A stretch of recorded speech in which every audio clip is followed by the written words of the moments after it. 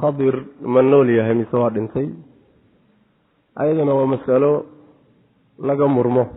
oo culimada qaarkood ay ka doodaan iyadana sawaabkeedu waxa weeyaan iyo sideeda saxda ah khadir inuusan noolayn oo uu dhintay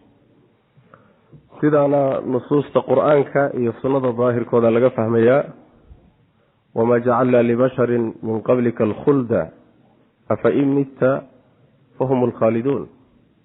nabiga waxaa lagu yidhi sal lla alay wasalam cid hortaa waaritaan ilaahay u yeelay ma jiro cid inay joogto oo iska noolaato loogu talagalay ma jiro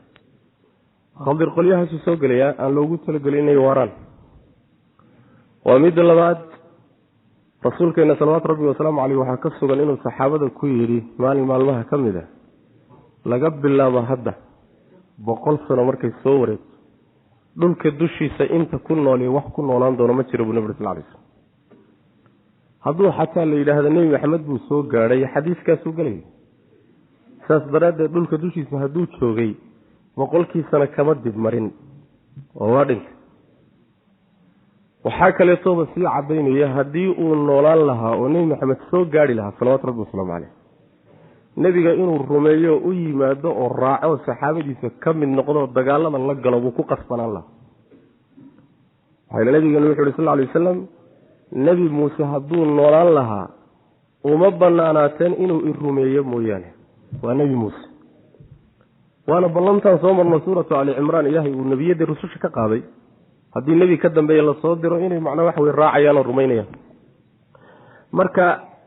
haddii ay dhici lahayd inuu nebiga u yimid sal lla alay wasalam oo rumeeyey oo uu dagaaladii kala qayb galayna waa la soo guurin lahaa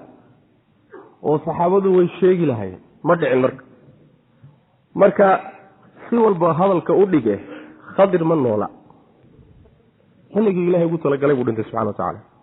ninkii waa nool yahay sheegtana waa ninuna iska yidhi mooye wax daliil iyo xujo looma hayo kutusaya khadir inuu nool yahay khuraafo badan baa laga ratibay noloshiiso yani waa nool yahay barakuuna wataa hala raadiyo wixii mara cadba oo habeenkugu soo baxaba in la yidhahdo waa khadir wax ka doono ilaa heerkaasay gaadhay marka waa khuraafo aansan lahayn way khadir ma noolaa